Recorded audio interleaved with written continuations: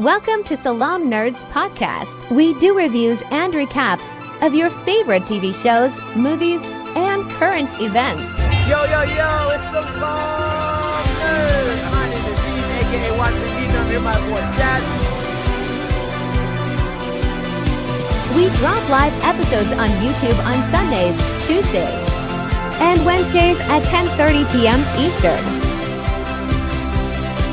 Thank you to all our supporters. Please help us by subscribing and leaving a good review on Apple Podcasts and Spotify.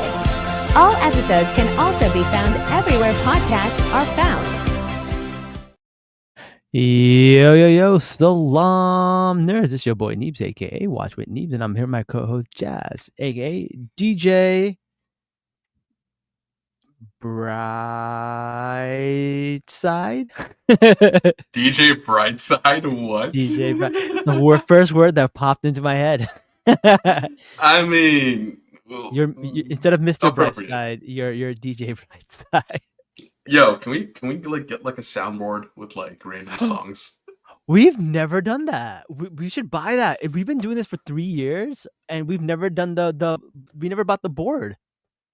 Yeah, we should probably do that at some point. We should probably get the board, bro. Wait, we have music, don't we? I think there is some music in here. Here's this. This is the free music. No royalties. Wait, we gotta do Into Space. No, never mind. What about this one? No, I don't like that one. What's this one? I don't even hear anything. Yeah, right. What's Night Rising? Look at that. We never Do use Dance Pop. We never use our music in here. What's Dance Pop? No.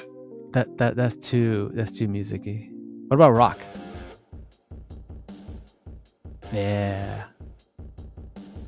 Wait, I like this. We could have made this our intro song. This is like wrestling intro music. It does look like wrestling intro music. It's like Y2J. Sundays. Join Salaam Nerds for the weekly recap. That's so funny. That's so funny. We do wrestling recaps now, so we could probably use this. I'm gonna go with this one though. Some smooth shit. All right, let's keep it in the background for the whole episode, and let's see how people like it. Because you know what, it'll like take care of that awkward silence. Exactly. So we'll see. All right. Well, speaking of awkward silence, we have been doing Andor for like 3 months now. We have been so slow with this show. I blame you. It is my fault. It is my fault. Lots of stuff is happening. So we're going to finally wrap this up, and that way we can go on to bigger and better things and new stuff and do more reviews. I do. I have a list for you. I have the new Mission Impossible movie. I have Squid Games. I have More Love Island. I have Ironheart. There's just so much. Fantastic Four, Superman. All of these are dropping. We got and then anime stuff. We got Don coming back. I mean, I don't know how far you are on One Piece. If you've caught up, because that show is popping now. Really, I kind of gave up on One Piece. The freaking the battle in the where Ace and Whitebeard and all that big stuff happened. Couldn't get through that. It was too long. That battle took forever. You gotta watch One Piece, not One Piece. One Piece. Yeah, so somebody took all of One Piece and chopped it up and got rid of all like these scenes that you don't need, or like they chopped up the scenes that are like extra long and just made it much smoother and faster. Where is this? Where can you find this? OnePiece.net, I believe. Oh, maybe I'll just watch that. Is it for free or you gotta pay? It's free, and in fact, technically it's piracy, but Toei Animation doesn't even go after you for it because they're like, people love One Piece. We're just gonna let them do this, and they're just gonna buy our merchandise. So we're not gonna stop it. The irony of like suing a show for piracy that's about pirates. That's probably another thing. There's like, yeah, we're just like because they're just being pirates. This is so on brand. And so it's like, yeah, whatever. Why is piracy called piracy? Is that Who what pirates knows? used to do? They used to come and like They take used over to your boat. steal. Yeah. They steal, but piracy is not stealing. I mean, It's kind of stealing, but it's not stealing. You let's get back wouldn't. to Andor. You We'll talk wouldn't about more not let- pirates on Andor. Yeah, no pirates are Andor. Well, they're kind of pirates are Andor. They're space Straight up pirates. man. They're space pirates. All right, so we're doing the last 3 episodes, which are episode 10, 11, 10, and 12. 11, and 12. If you have not seen our previous episodes, check them out. They're our previous episodes. You'll probably find them if you scroll down enough. We label them. You can find them. All right. So we start this episode with a big blinking light, and that was the big bell that Lonnie is calling on to saying, hey, we need an emergency meeting. And they meet up with Lonnie, and this is where he talks about all the information that he found about Jalen Erso, the Death Star, all this stuff. And what does he get for his trouble? Damn. Killed. He killed. Luthen killed him. That is savage. You can't blame him. Like, I blame him. Lonnie is the reason everything happened. He is the hero of the entire story. absolutely he is, but also he was going to be caught. I mean, they could have grabbed him. They could have He didn't taken him to use a Yavin. VPN. He didn't use a Tor browser. He just used his credentials and logged in. Well, at the very least, they should at least set his wife and kid up with like a nice Airbnb on Yavin. That I will agree to for the rest of their lives, and then their kids' lives, and then their kids' lives. Yeah. That is deserved, 100%. Airbnb and Yavin. Laughing at my own joke. Yeah, so he dead. He dead. And then one thing that happens, this whole thing kind of starts off because some mystery person happened to forward an email to Deirdre, and Lonnie Young happened to be on her thing for 3 hours, and he found it, and this is where he finds everything. So not only is Lonnie the hero of the entire story, he is the spark that ignited this entire revolution. But like, who is this mystery emailer? Is it somebody who just blindly BCC'd somebody by accident and just didn't know? Imagine the rebellion and the entire thing fell apart because somebody tagged the wrong person. It was supposed to be like Deborah instead of Deirdre, and he got the name wrong. Because I've done that. Like there's like a guy named Tom who works at my office, and both him and another Tom, both their last name starts with an M. And sometimes when you type in an email, you just type in Tom M, and it fills in the person, and then you just instinctively hit enter. Goes to the wrong person. That's what happened on Star Wars, bro. That's exactly what happened, yeah. That's exactly what But happened. again, Lonnie did expose himself, and that's on him. He did expose himself. He did expose himself. But you know what? It's what Luthen said, right? He is going to burn in this life for a son that he will never see. And in the case of Lonnie and Cassian, a literal son they will never see. Wow. You like that, right? Yeah. Spoilers, Neebs. This is the finale. There is no spoilers after this. This is it. This is done. Also, we're like 2 months late. I know, we're also like 2 months late. We're the worst. We are the worst. All right. So Deirdre finds out about Luthen. She finds out who's accessed, and she's like, you know what? I'm not just gonna go and arrest him.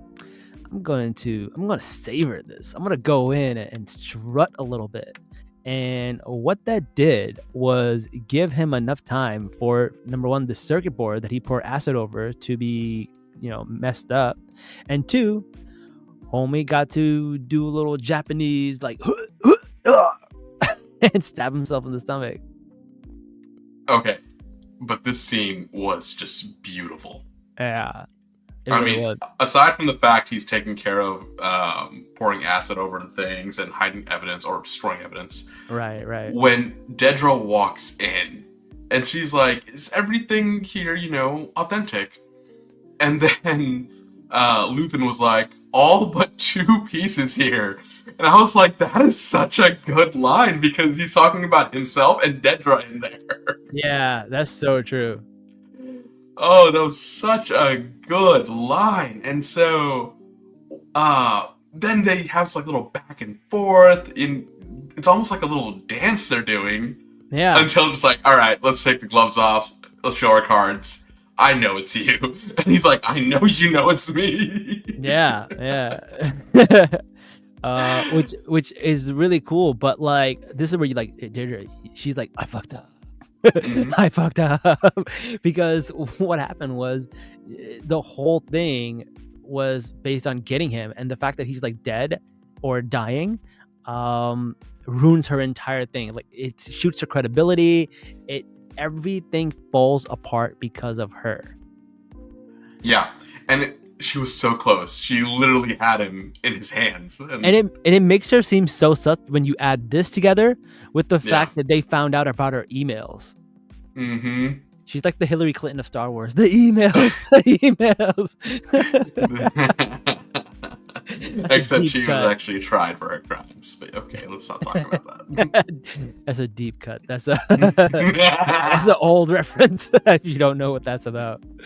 All right. We do get a little bit of Luthen's backstory. Like he was a soldier and he found Clea and he was in this war and he was seeing all these people be murdered and he kind of just like defected. And he went from being a soldier to going the opposite direction and being a rebel, if you would say. He did a one-man show at this point. One-man show. And it's cool to see how they basically like were poor, they had nothing, and all they did was like learn how to trade, and they slowly just traded up, and then like by the like last few episodes, they're like in Naboo in a fancy restaurant, having explosions go off, living the good life, eating a parfait. Like it's just crazy. It's beautiful, right? Yeah. It's like, us in Paris, and then suddenly the Eiffel Tower collapses. And we're just like, nice. Let's keep enjoying our espresso. Yeah. And the fact that they did it in Naboo, which is the hometown of Palpatine, which is it's another like deep cut for Luthen. Luthen's like, that man hates the Empire, and like he says this thing where like Clea sees these boys that are about to get executed, and she like wants to do something, and he tells her, no, don't do anything. Take this hate, keep it with you, let it grow, and then the right opportunity will come, and then you will be able to use this hate. And I'm just like, damn, the show is so good because it's teaching you how to be like, how to use your hatred in the most like productive and efficient way. In a way, like if you're gonna be a hateful terrorist, at least be an efficient one. That's what he's saying. Hey man, spite is one hell of a motivator, and I fully agree with that. Yeah, especially when you're Luthen, for sure. But I did enjoy seeing their backstory. I love that we got a little bit more of like Clea, and she was somebody who like the first season and even in the first episode this season, I was like, she's just there. But after like the episode where her and Lonnie are trying to get that device off of the artifacts in that party, I was like, oh man, she's stepping up. Then you get this amazing backstory. Then you get her just being a one-man wrecking crew in the hospital. And I'm just like, in just 3 episodes, she became one of the best Star Wars characters of all time. Like, she's so badass. I actually have a question for you then. What? Who was the real leader between the two? Was it Luthen or was it Clea? Ooh. I think, regardless of who it really was, Luthen thought it was him, for sure. Yeah. But she's so smart that she's like probably making him think it's his idea, but really pulling the strings and stuff. Who's the real leader here? Yeah, I would say it's a strong argument for Clea. I feel like he taught her everything she knows, and then at one point, the student became the master. Yeah, but we don't know what that point was. It just kind I know. of happened naturally. Yeah. And she's like telling him like, hey, don't engage unless everything is perfect. And he's like, we're out of perfect. Like he knows his time's up. He just Yeah. knew. And then she just couldn't leave him. So she went to the hospital and she basically murdered her father figure. And because of how important it was to, the cause. Because they would have probably terrorized him and interrogated him. And number one, she probably didn't want to see him suffer. Tortured him. Yeah, she didn't want to see him suffer. But also, she didn't want him to say anything. You don't know. Like, you don't know what kind of methods they have. I don't think he would, but you don't know. I don't think he would have. I think he would have survived the torture and not let anything out. I think she did this just to help him not go through that. Quick and painless death versus a drawn out death. I think that's fair. Because I think that's what the flashbacks were for. They were to let us know that she deeply cares about him, and it was a mercy to kill him instead of just doing it for the cause. Because she really personal cost too. And she put herself in danger. Like she's the only one that knows, like the what's some called Jalen Erso and the Death Star and the Kyber crystals and Jeddah. She knows all of these things, and she's the only one. And if Andor didn't get there in time, it would have been lost. So it was a big risk to do this. Absolutely, but it was a beautiful episode. Very tragic. Yeah, it's really poetic because it's the episode starts off with this blinking light, letting us know that hey, Lonnie Young is calling you, and then it ends with a bunch of blinking lights in the hospital, and he just like dies slowly in an empty room with just one loved one, which is kind of how most people die if you really think about it. Which means it was a good death. Yeah, like it was. I can't say I complain. But the next episode starts off with our girl Deirdre in custody. I mean, and then what's that guy? What's his name again? Krennic? Oh my god. What was it? Fennec? Krennic. Yeah, he's interrogating her, and he's like, "So, when did you give Lonnie your password?" And she's like, Lonnie, as if. Like, her reaction is she's so good. She's so good. Her acting is just impeccable. Top notch. The way she goes, like, ew. I would never. Lonnie, ew. It's so maybe funny. he was hot, but no, definitely not him. Not him. And then when he puts his finger on top of her and just points down at her, I was like, yo, that's so random.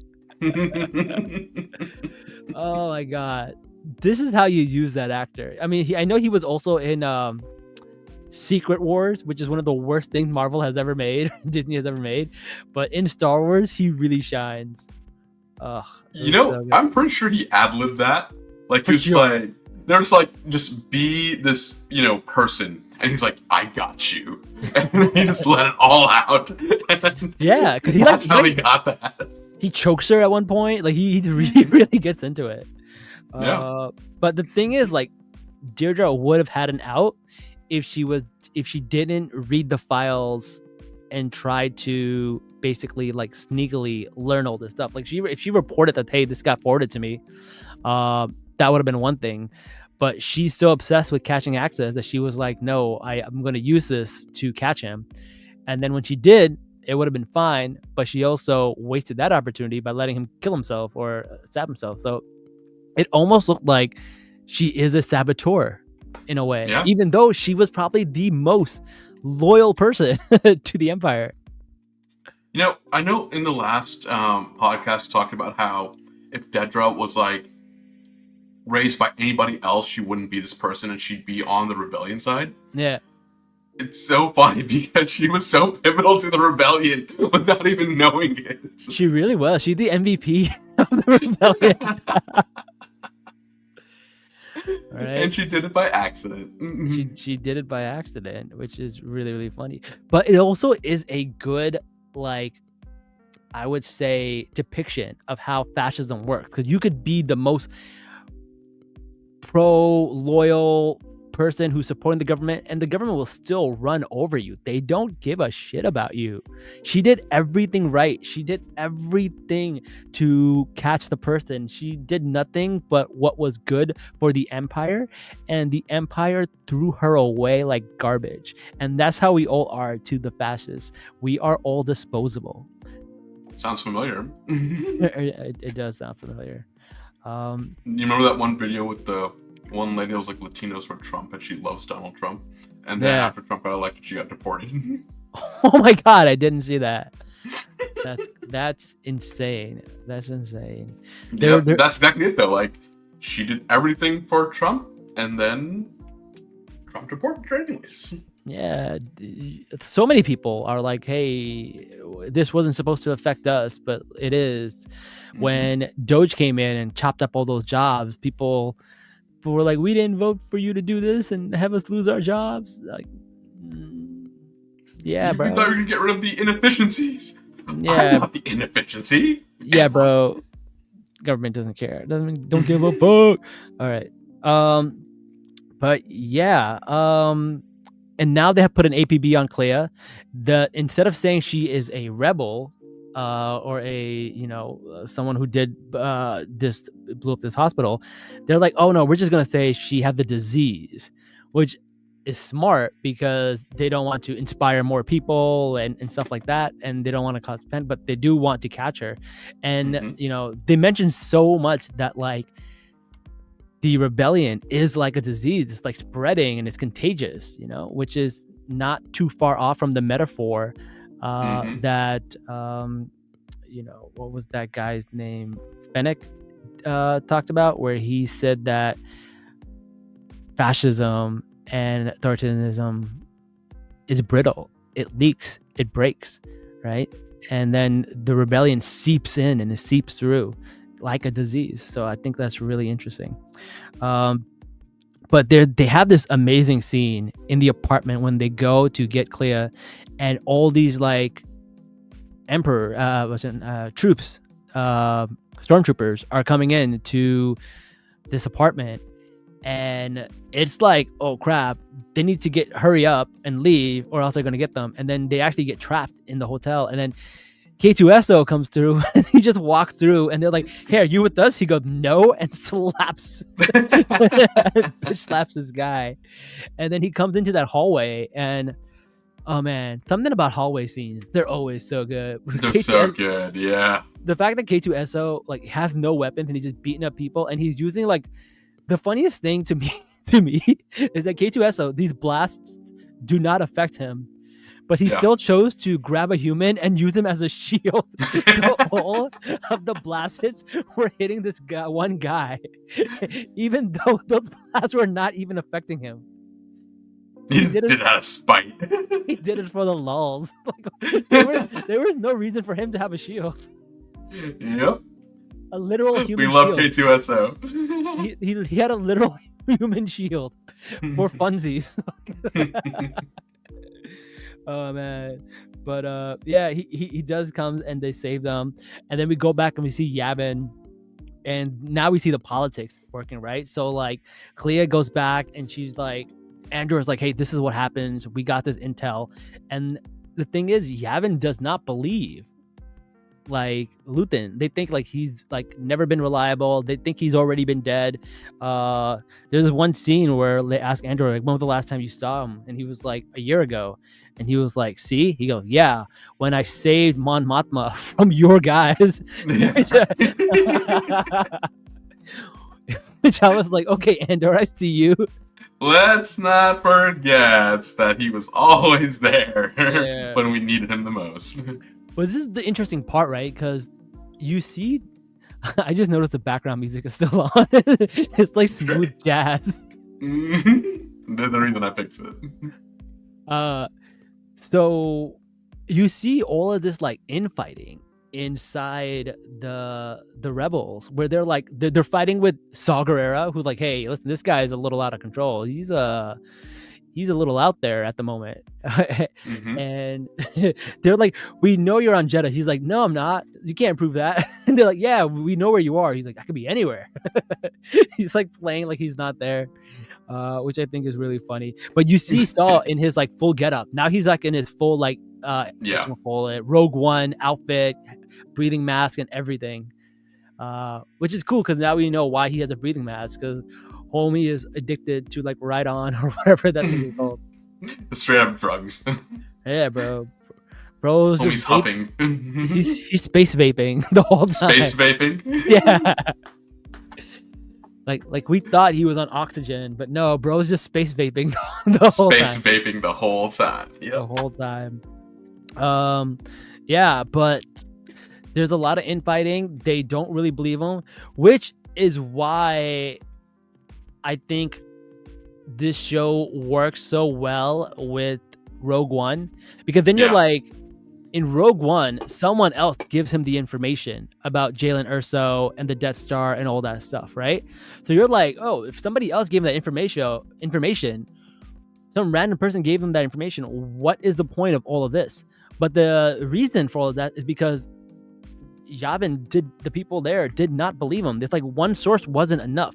The fact that it got verified by two independent sources is what led them to act on this. But also, let's not forget, it was Jyn Erso who really kind of sparked that in them in Rogue One. But we can talk about that in the Rogue One that is true. That is true. But that's not what got them to believe the message. That's what got them to act on the message. Which also they kind of didn't act on the message. She kind of just like grabbed 100 people and left. I mean, but in the end, they were all there. In the end, they got there. Sure, for sure. Yeah. But yeah, they got it from two different sources. And one of the things that I really like the scene is when they show Nemik's manifesto being like read on air, and the Imperial people are just like literally just like watching it. And they're like, it's too late. They really feel like it's spreading across the galaxy, and you can see it on his face where he's like, we can't contain this. We can't contain this disease. And he always keeps making everything about disease, which I thought is really, really interesting. Partagaz is a great character. Yeah, Partagaz. Yeah, that's crazy. But man, the way this show ends is just so good, because, and like I feel like the ending is easy because you know where they end up. Yeah. Right? So it kind of just like makes it easier. Like we don't need this big huge thing, because we already know that Rogue One is the climax, it's the finale, right? So the movie is like the big ending for it, which is kind of cool. Season 3, yeah, exactly.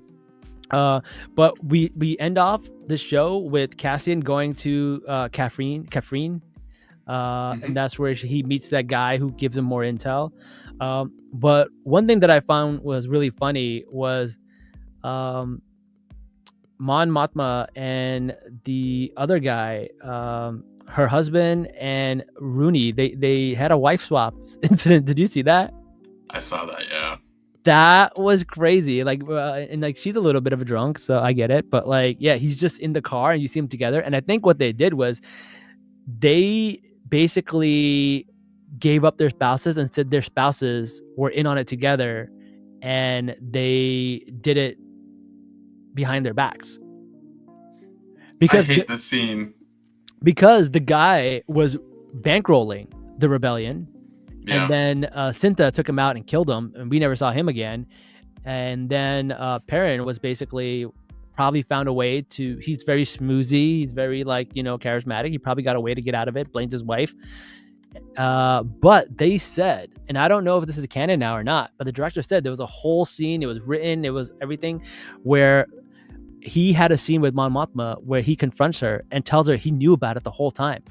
Yeah, he knew that she was a rebel, she knew all of it, and Perrin never once broke under the interrogations for her. He never once broke. And I was like, and you hate this guy for like almost the entire show, but then you get this part and you're like, oh damn, yo, he was a stand-up guy the whole time. I know, it's such a twist, and I am so sad we never saw that.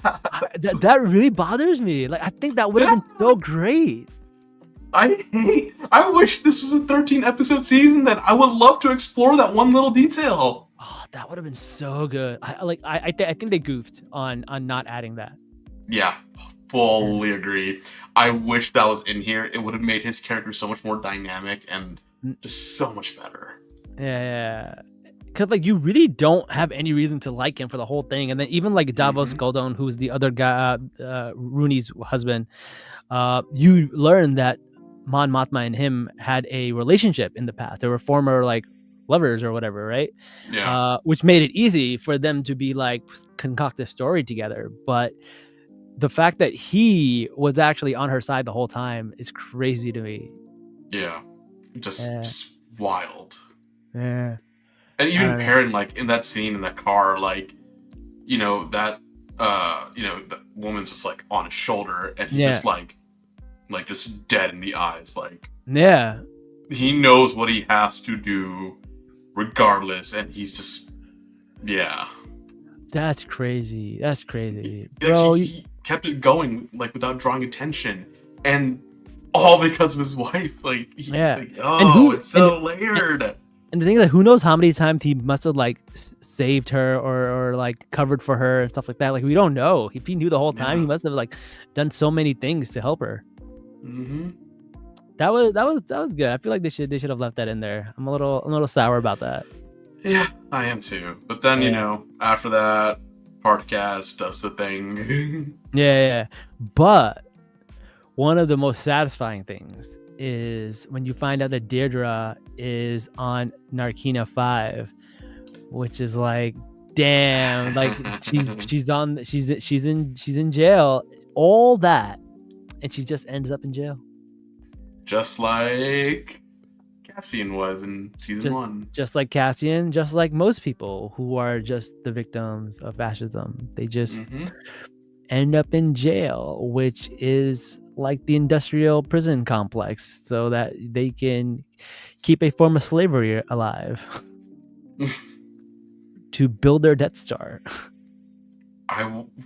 Jeez, empires sounds very familiar. yeah, very, very familiar.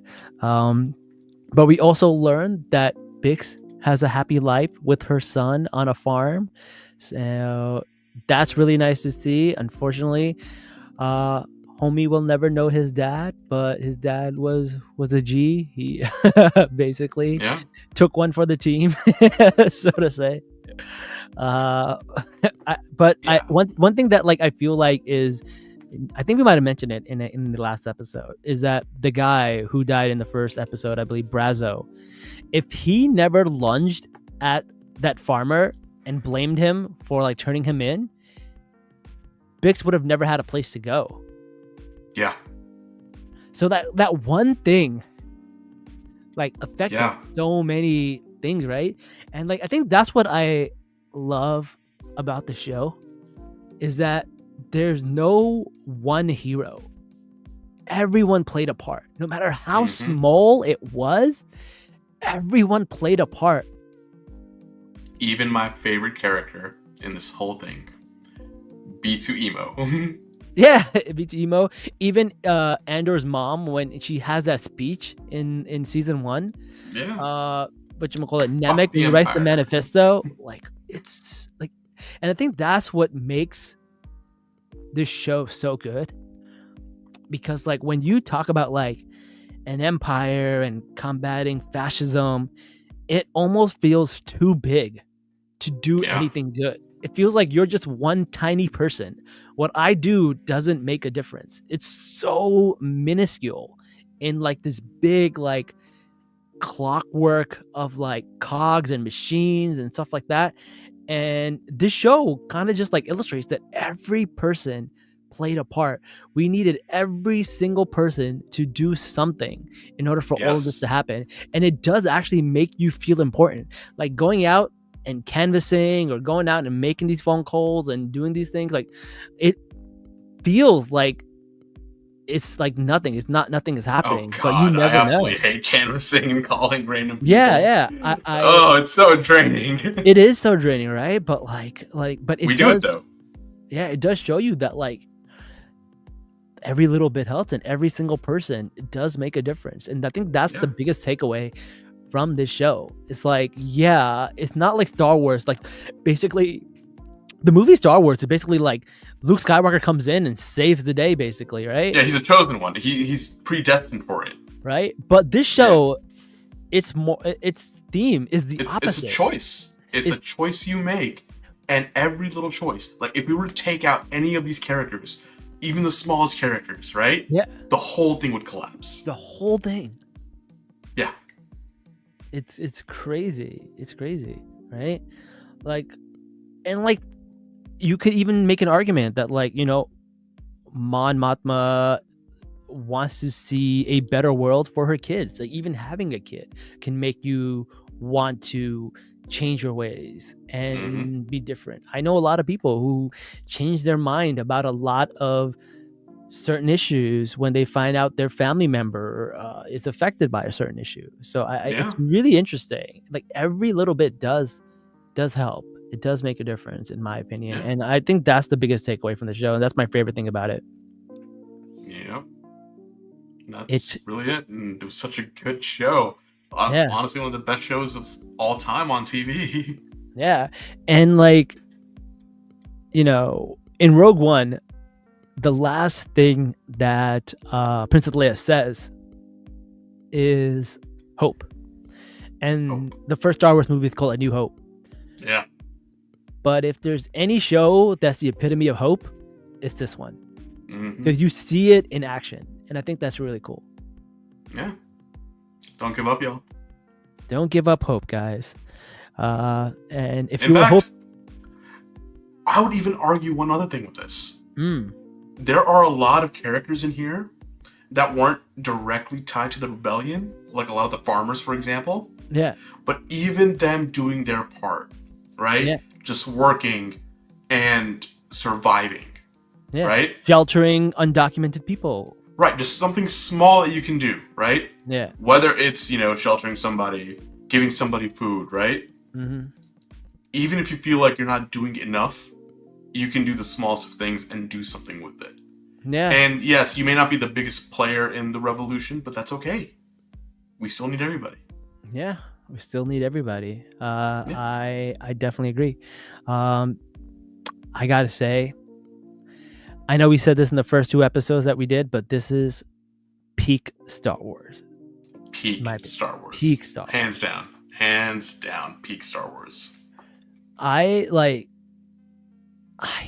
think that if I'm going to show somebody Star Wars, I may actually start with Andor. I wouldn't. No? No. Why not?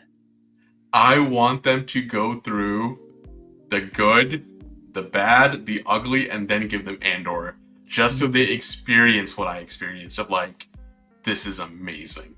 Yeah, but you know what? The thing is, when you watch Andor, it hits you more of like what everyone is fighting for.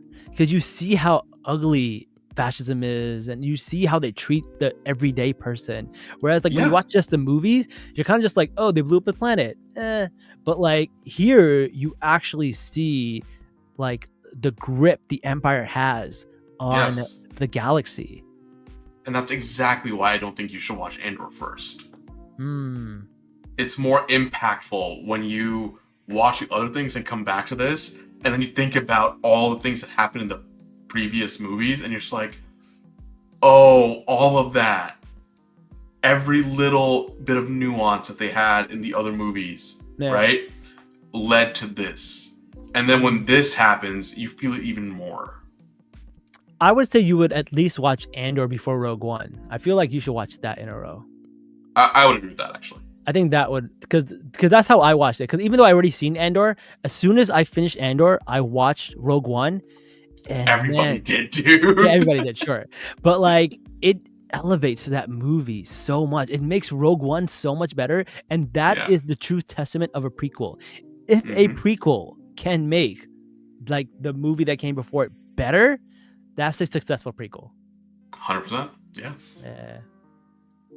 All right. Well, we did it, Jazz. It took us 3 months. We got through Andor. We got through Andor. Let's go. Let's go. And guys, if you want to know why things have taken so long, it's because your boy is engaged. And finally, you can let it out. I can finally say it. And yeah, I am engaged, and I've been dealing with the wedding planning and all this stuff. So that's why we've been so not on, week by week. We're usually really on like point with this. Yeah, dude, we were on point for like 3 years. 3 years we were on point, and then you had to go find a girl and get engaged and blow this whole thing up. Yeah, things started falling apart. Oh, mashallah, man! Congratulations. It's all good stuff. I may do an episode where I talk about it a little bit. I'm actually thinking about doing an entire episode on wedding planning because I am an expert in wedding planning. I have gone through the trenches. It's insane how much I know now. Actually, can we do that like for the weekly episode this week? Well, yeah, let's because I have a few other people who just had weddings too, and I'd be like, it'd be cool to get like all three of us together and get like perspective from a guy and a girl and like other people, and just like share experiences, because I feel like people would get kick out of that. I feel like it's a lot of knowledge in wedding. I also want to like hear that, but also from like the perspective of a married person. And be like, yeah, this is not important. Don't worry about this. Don't do this. That'd be good. Maybe we should get some like married people on there to talk about their wedding. It'd be Like, cool. this wasn't that important, and we didn't. I shouldn't have done this. Shouldn't have cared about that. Yeah. Yeah, we'll do that. Well, anyways, guys, thank you so much for joining us. Don't forget to like, share, comment, subscribe. We'll start doing shows a little bit more regularly. We still got to do Love Island, we got to do Ironheart, we got to do Squid Games, Mission Impossible, Fantastic Four is coming up, Superman's coming up. We got a lot of episodes for you guys to do. Also, we'll start getting back to our weekly Sunday episodes of Nerd Facts. So don't forget to like, share, comment, subscribe, tell your friends about us, and until next time, guys, Salaam, nerds. Peace.